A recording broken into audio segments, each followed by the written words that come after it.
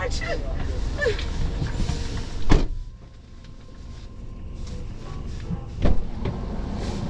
Thank you. You're welcome, Janelle. This spot is notorious for buses lined up along here. Oh, okay.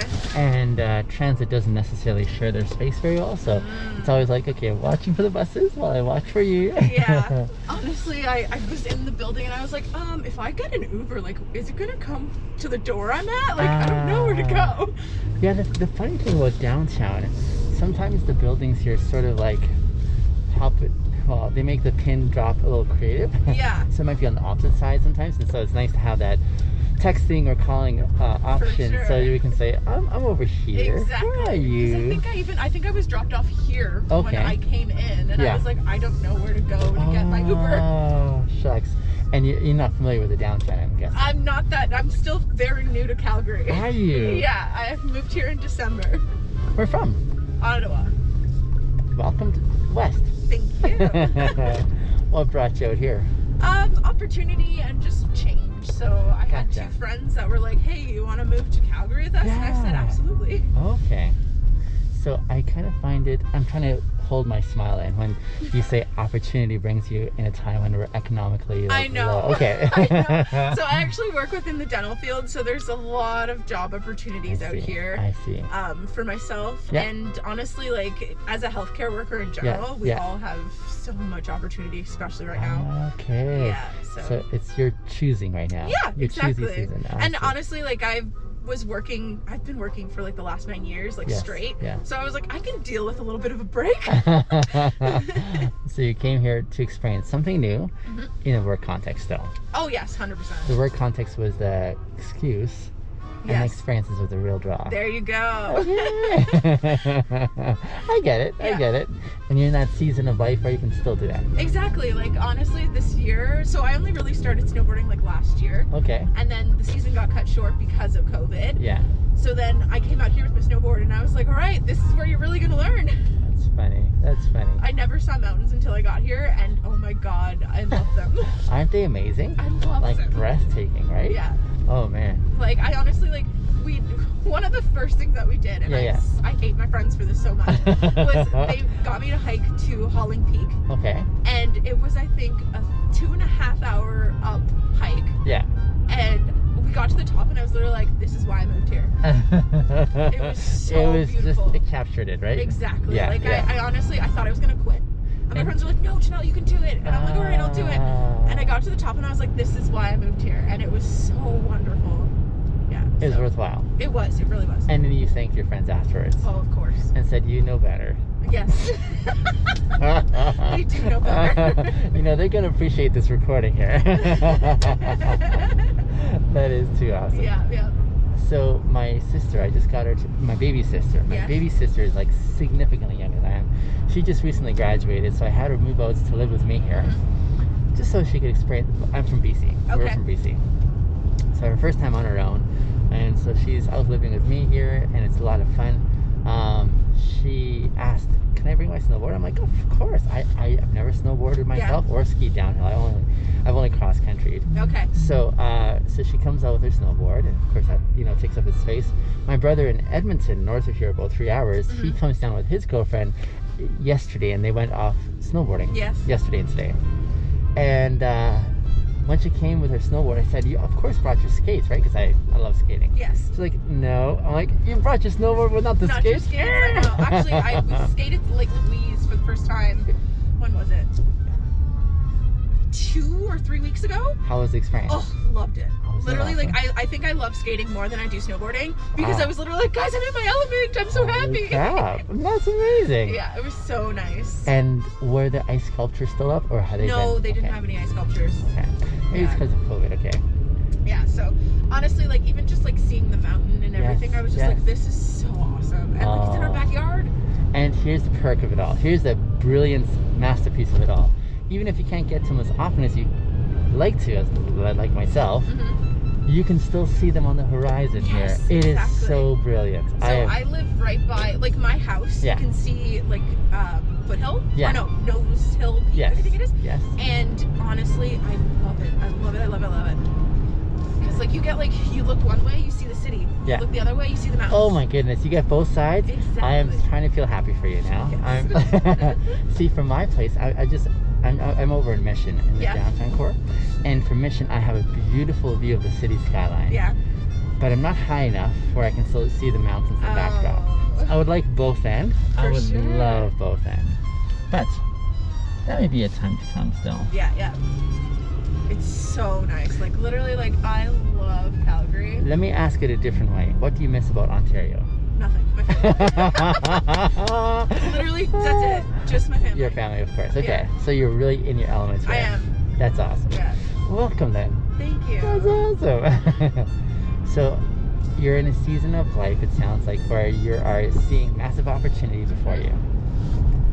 That's pretty cool. Yeah. It's a really encouraging place to be when you're there. It is. Because like I felt like life was getting stale, very stagnant in Ottawa, and like I just talked to someone from Montreal and she said it's the same thing. That's why she moved out here. Yeah. And so like, you know, as much as I miss my family, I love what I'm building here. Yeah. And so I'm just so excited about it. And honestly, real estate, like I was at that point where I was kind of like, I'm either staying in Ottawa and buying something, or I'm moving and figuring out whether I want to come back to Ottawa or not. And real estate here is so cheap compared to in Ontario. Like, you could get a 1-bedroom condo, maybe $300,000 to $400,000. And I'm like, for a 1-bedroom condo, that's outrageous. I saw listings here for $160,000. I was like, what? My mom, she's like, I might like get you, like, buy it for you so I can get like that investment. And I'm like, okay, if you want to do that, I'm happy. That's awesome. Yeah, like I couldn't believe it. Like, even like houses you're looking at anywhere for like $700,000 to $800,000. Like, outrageous. Yeah. You know, Vancouver, I hear, is even worse. Yes, it is. Far worse. Yeah. And like, my older brother lives in Toronto. Okay. And just for his like rent is, I think he said $2,300 for a 1-bedroom. And I'm like, $2,300 for a 1-bedroom? I'm in a little tiny house with my 2 roommates, and we're like $1,400. That's amazing. Yeah. That's amazing. I couldn't believe it. I was actually like, that's mental. Yeah. And that's, I think, one of the things I love about Calgary is its accessibility. Yes. In some way, it almost seems a crime for me that such beautiful places have such a premium, so that it caps those who would love to enjoy for its richness. You know? Yeah. But then that's probably why I'm not really successful in business. I can understand that. But I can definitely tell, like, you're more so like a people person. You don't want to deal with business. It's awful. No, see, like, here's the thing. I like good business principles, but the ideal of business that I rarely find played out. I have my values that I won't be selling for the sake of business. I was asking one of my earlier riders, I put together a difficult dynamic for him. I said, imagine you knew a secret tactic in business that would make you lots of money, but it would affect your clients adversely, even though they didn't realize it. Would you take it? So that's what I find is usually happening in business. Regardless of, you know, the interests of those that you're trying to serve, you're in it just because of the bottom line of profit. For sure. Right? And I think that's where I'm always asking myself the question of, how much am I for sale? Yes, exactly. How much am I for sale in the sense of my principles? Can I actually go ahead and pursue business in the true sense of it, regardless of how it affects others? 100%. Because honestly, myself, working in dental, you know, I'm a healthcare provider. Sure. I put the care in front of provider. And so I worked at one office where that was exactly our morals. We said that we want to care for our patients. Whereas then I went to a different office and it was flipped. It was like, no, we're professionals. We want to make sure that we get the money. Yeah. And so it really took me out of everything, because I was just like sitting there and I was like, but I'm not treating my patient like a patient or a person. I'm treating them like a number. And that number has a value on it, and I don't like that. And so that was also a big reason why I decided to come out here, because I don't like the business aspect of things. I'm very personable, and I want to make sure that my patients feel that when they come. I love when I see good business principles in play. Yes. I think it's magnificent. Let me ask you a question. I want to ask this question before I describe it to you, please say no if you're not comfortable with the idea, because that's also really important to me. When I'm not driving my Uber, I create a lot of content on the internet about how I connect with people. Yeah. I come across fantastic conversations where I'm like, oh, I would love to share this with my followers, but I never do that unless I have enthusiastic consent. Okay. Would you be willing if I shared this conversation? Absolutely. Okay. I just want to make sure that if you're sure. a private person, I wanted to honor that too, first and foremost. Go for it. Yeah. Do you mind signing a consent form? Sure. It's just a way of me to say, hey, legally, you know what I'm asking for, and so hurry up, please do that there. And then I'll finish my thought here while you're writing down there.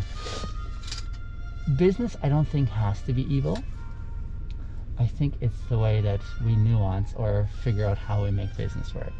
I think once upon a time I was really disillusioned by business, and that's why I didn't go into business. Yeah. I used to work at a grocery store. They tried to get me into management, and I was like, I don't like the dynamic where the profit margin for the company, which is a non-living entity, and the health of this non-living entity is more important than the livelihoods that are trying to survive on a part-time basis. So I could make those calls of cutting someone off. For sure. Because we have to make a little bit more money for this entity. Now I understand that the business supports people, but that tension is really like, it really matters to me, you know, how that's played out. Yeah. So, yeah. Thank you, Janelle. No problem at all. Here, let me give you my card so you can find the kind of stuff that I do along the way. Sounds cool. This is me. Thank you. And my handle's on the back there. Thank you so much. You were so nice. I'm happy to meet you. You too. I hope you have the pleasure again. Thank you. Enjoy Have your a wonderful time day. here. Okay. Thank you. Bye-bye. You're so welcome, Janelle.